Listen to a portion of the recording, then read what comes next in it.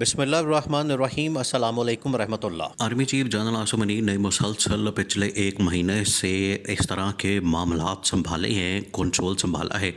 چیزوں کو اپنے ہاتھ میں لیا ہے کہ ایک ایک کر کے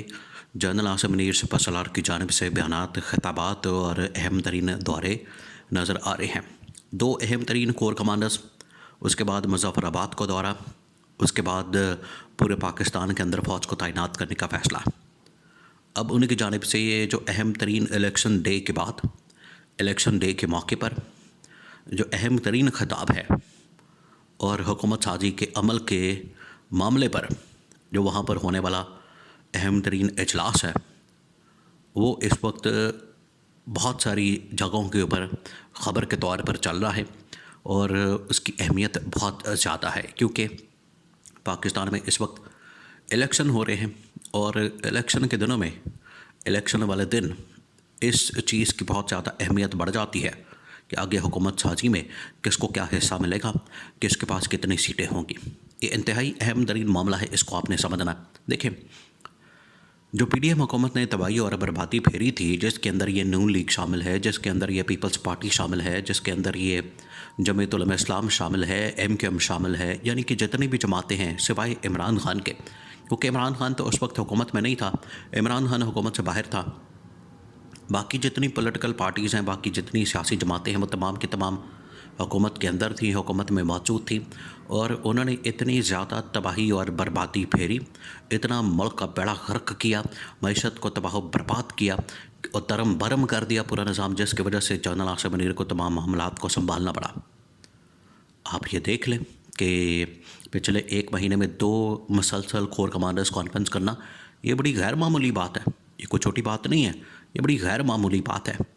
کہ ایک مہینے کے اندر ایک انہوں نے امریکہ کا دورہ کیا، امریکہ کے دورے کے بعد انہوں نے کور کمانڈرز کانفرنس کی، اور کور کمانڈرز کانفرنس کے بعد پھر پاکستان کے اندرونی حالات و واقعات کے اوپر کور کمانڈرز کانفرنس، پھر ان کی جانب سے جو انٹیلیجنس آپریشنز کیے گئے، ابھی دیکھیں دہشت گردی کے واقعات بھی ہو رہے ہیں۔ دیکھیں، عمران خان کی جو باتیں ہیں وہ آج 100% سچ ثابت ہو رہی ہے، کیونکہ عمران خان نے کہا تھا کہ اگر پی ڈی ایم کو موقع مل گیا حکومت بنانے کا، انہوں نے جو تباہی اور بربادی پھیرنی ہے، اس کے بعد جو پاکستان کی فوج ہے وہ ٹارگٹ بننا ہے۔ تو آج جو پاکستان کی فوج ہے وہ ٹارگٹ بنی اس لحاظ سے کہ دہشت گردی کے واقعات ہو رہے ہیں، پولیس کو ٹارگٹ کیا جا رہا ہے، پاکستان کی فوج کو ٹارگٹ کیا جا رہا ہے، اور دوسری جانب ایک باہر سے بھی حملہ ہوا، جس طرح سے ایران نے حملہ کیا، اس کے بھی بڑا تگڑا جواب دیا جنرل عاصم نے۔ پھر اس کے بعد آپ یہ دیکھیں کہ اس وقت موجودہ صورتحال میں پورے پاکستان کی جو سیکیورٹی اور امن و امان کی ذمہ داری وہ جنرل عاصم منیر نے اپنے سر لی ہے۔ اسی طرح سے جو اکنامک رسپانسبلٹی وہ بھی جنرل عاصم منیر کے پاس موجود ہے۔ تو جنرل عاصم منیر کا جو کردار ہے وہ تو سب کے سامنے ہے، اور ان کا جو کردار ہے وہ باقی تمام سیاسی جماعتوں اور حکومت سے زیادہ بڑھ چکا ہے۔ اب اکنامک جو پالیسی ہے، خاص طور پر جو اکنامک معاملات ہیں، معیشت کو جو معاملات ہیں، جس کے اندر ایس آئی ایف سی یعنی کہ اسپیشل انویسٹمنٹ فیسیلیٹیشن کونسل جو بنائی گئی ہے، اس کو آخر کار جو سربراہی یا ہیڈ کرتے ہیں وہ جنرل عاصم منیر ہیں۔ ان کو پتہ ہے، ان کے پاس یہ ساری چیزیں موجود ہیں، ان کو اس چیز کا اندازہ ہے، تو اس وجہ سے وہ جو معاملات لے کر چل رہے ہیں، وہ جو چیزیں لے کر چل رہے ہیں، ان کو پتہ ہے کہ پاکستان کو کس طریقے سے آگے لے کر جانا ہے۔ اب الیکشن ہونے کے بعد جو سب سے اہم ترین مرحلہ شروع ہوتا ہے وہ ہوتا ہے حکومت سازی کا، کہ حکومت کس نے کہاں بنانی ہے، کس کو کتنا شیئر ملنا ہے، کس کے پاس کتنا حصہ آنا ہے، کس کے پاس کتنی سیٹیں ہیں، اور اس کے مطابق اس کا کتنا شیئر ہوگا۔ تو اس کے مطابق ہی چیزوں کو آگے بڑھایا جائے گا، اس کے مطابق ہی آگے چیزوں کو لجایا جائے گا۔ اب آ جائیں کہ ایک مرتبہ جب الیکشن ہو جائیں گے تو اس کے بعد حکومت سازی کا جو مرحلہ شروع ہونا ہے، اس میں جو آرمی چیف کا کردار ہے وہ کتنا بڑھ جاتا ہے، اور اس طرح سے بڑھ جاتا ہے کہ پاکستان کے جو اس وقت اہم ترین سٹیک ہولڈر ہیں، اس میں جو سب سے بڑا سٹیک ہولڈر ہے وہ پاکستان کی اسٹیبلشمنٹ یعنی کہ سپہ سالار آرمی چیف ہے۔ اب آرمی چیف اس حوالے سے 2 ٹوک اور کیٹیگوریکلی بتا چکا ہے کہ ہم نے پاکستان کو سیاسی استحکام کی طرف لے کر جانا ہے، معاشی استحکام کی طرف لے کر جانا ہے، اور چیزوں کو ہم نے بہتر کرنا ہے، اور پاکستان کو ترقی اور خوشحالی کی جانب گامزن کرنا ہے، اور اس کی ڈائریکشن کو ٹھیک کرنا ہے، کیونکہ اس کی ڈائریکشن کو ٹھیک کے بغیر اب ہم آگے نہیں بڑھ سکتے اور پاکستان ان بڑے ممالک کی فہرست میں شامل نہیں ہو سکتا. ہم نے اس کو ٹھیک کرنا ہے. یہ تو اب جنرل عاصم کا مشن بن چکا ہے. اس وجہ سے انہوں نے جو اس موقع پر جو یہ اہم ترین الیکشن ہو رہا ہے اس موقع پر جو انہوں نے جتنی